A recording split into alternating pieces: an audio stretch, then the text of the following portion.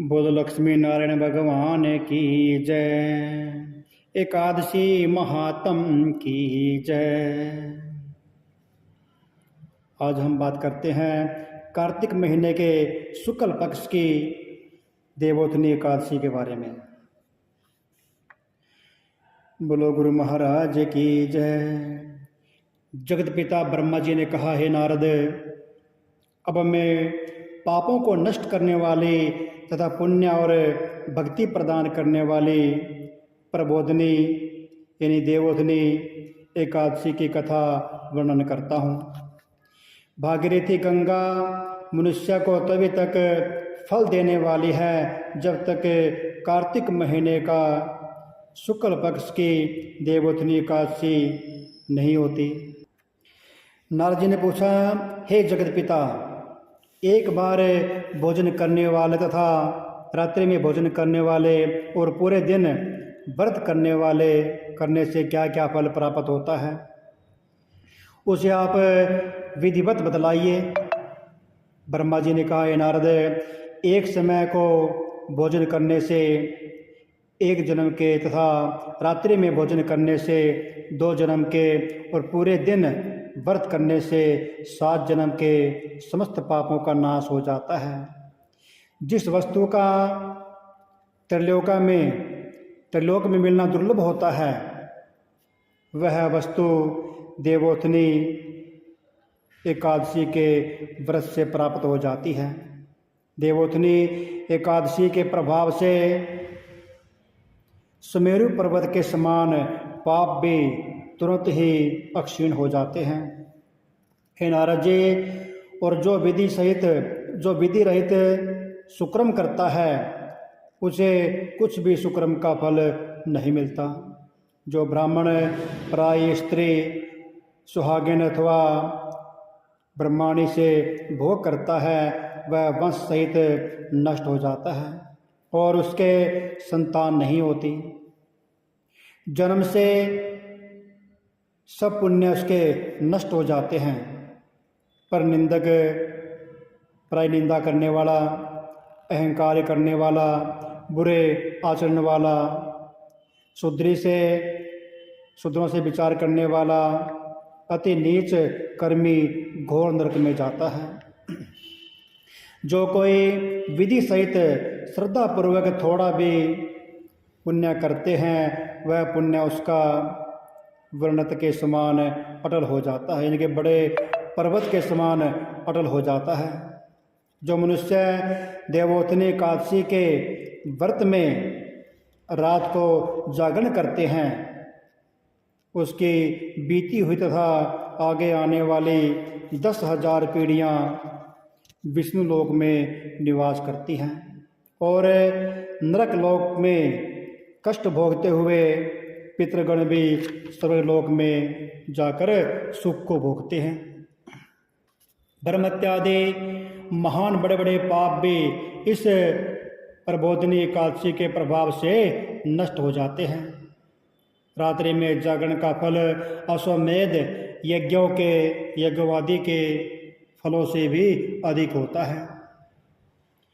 समस्त तीर्थों में जाने तथा भूमि, स्वर्ण, गौ, हाथी और इन सब का दान का फल इस प्रबोधनी एकादशी के रात्रि में जागरण करने के बराबर होता है। इस लोक में जीवन सफल उसी मनुष्य का है जिसने प्रबोधनी एकादशी के व्रत के द्वारा अपने कुल को पवित्र किया है। इस लोक में जितने भी तीर्थ हैं, देवोत्थनी एकादशी का प्रभाव व्रत करने से उसके घर में रहते हैं।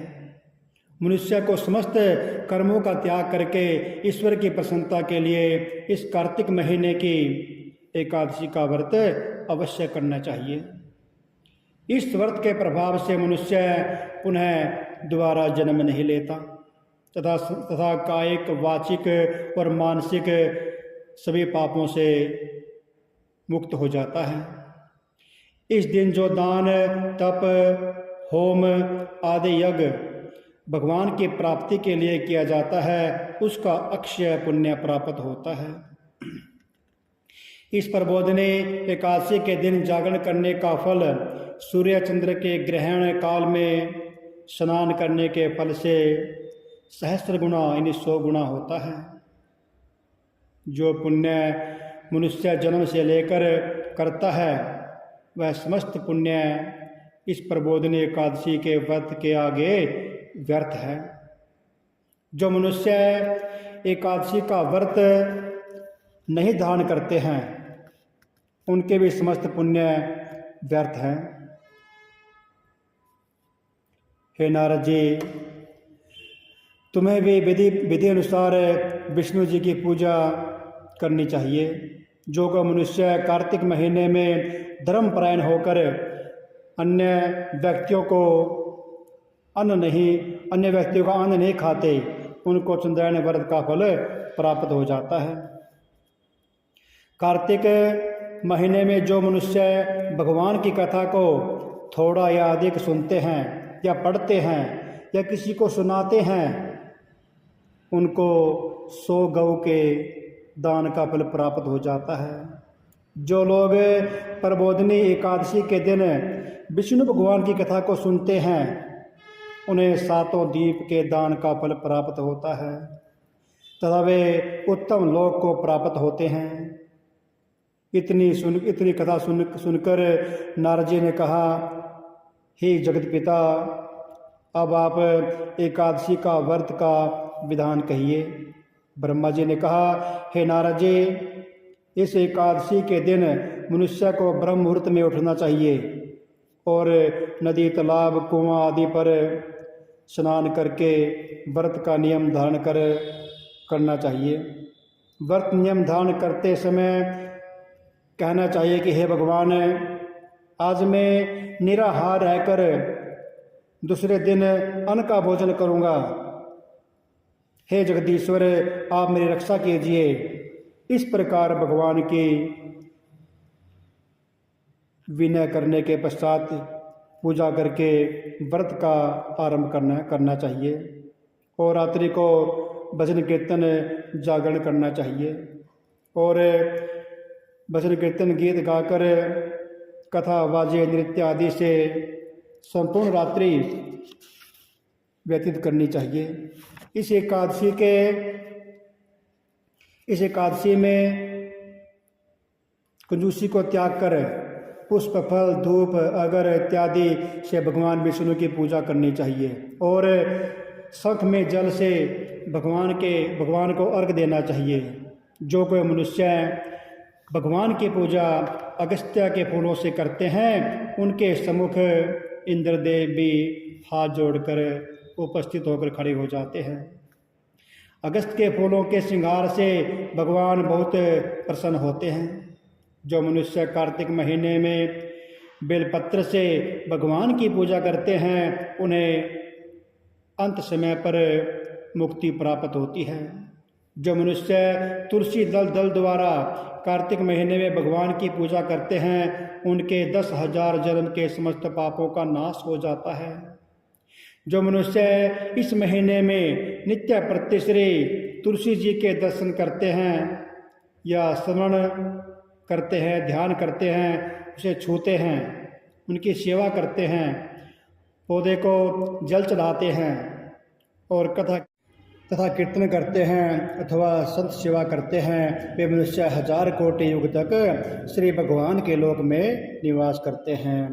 कार्तिक महीने में जो लोग तुलसी जी का वृक्ष लगाते हैं उनके कुटुंब में पैदा होने वाले मनुष्य प्रलय के अंत तक विष्णु लोक में निवास करते हैं।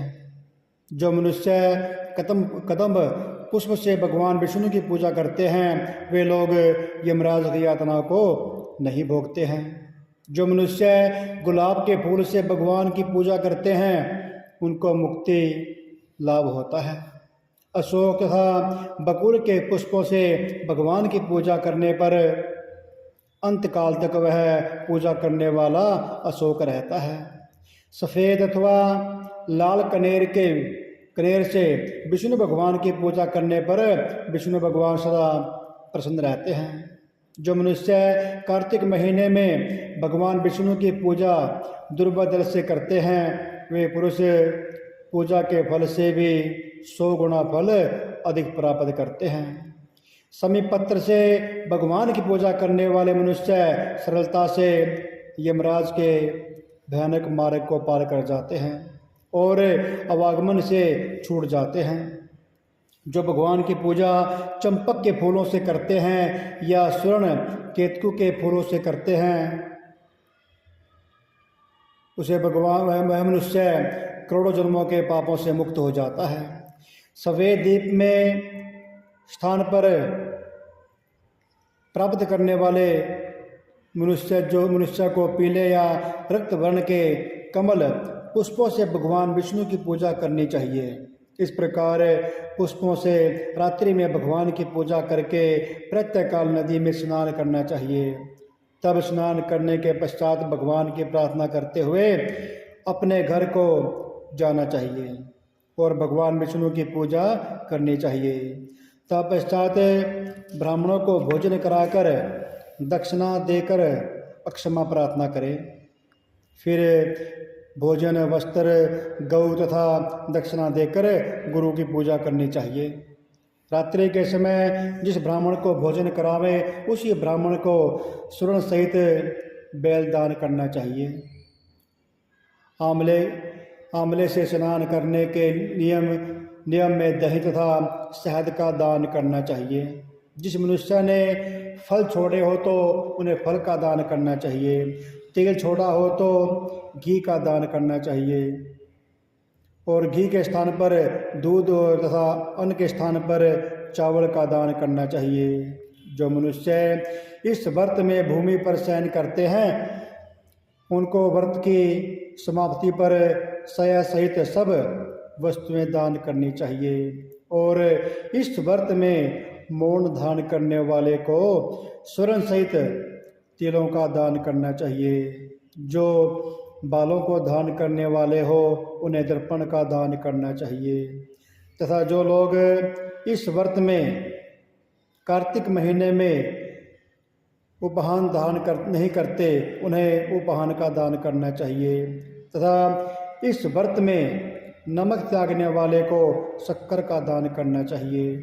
जो मनुष्य देव मंदिर में नित्य प्रति दीपक जलाते हैं हर रोज़ दीपक जलाते हैं उनको तांबे का या स्वर्ण का दीपक में घी भर के बत्ती बनाकर दान करना चाहिए, बत्ती डालकर दान करना चाहिए। जिस मनुष्य ने चतुर्मास्य व्रत में जिस वस्तु को त्याग दिया हो फिर से उस वस्तु का सेवन करना चाहिए। जो मनुष्य देवोत्थानी एकादशी के दिन विधि पूर्वक श्रद्धा और भक्ति के साथ व्रत करते हैं उन्हें अनंत सुख मिलता है और अंत में वे लोग स्वर्ग को प्राप्त करते हैं। जिन मनुष्यों का व्रत बीच में खंडित हो जाता है वह दुख भोगते हैं, इसलिए श्रद्धा भक्ति के साथ व्रत करना चाहिए। बोलो विष्णु भगवान की जय, कार्तिक महात्म की जय।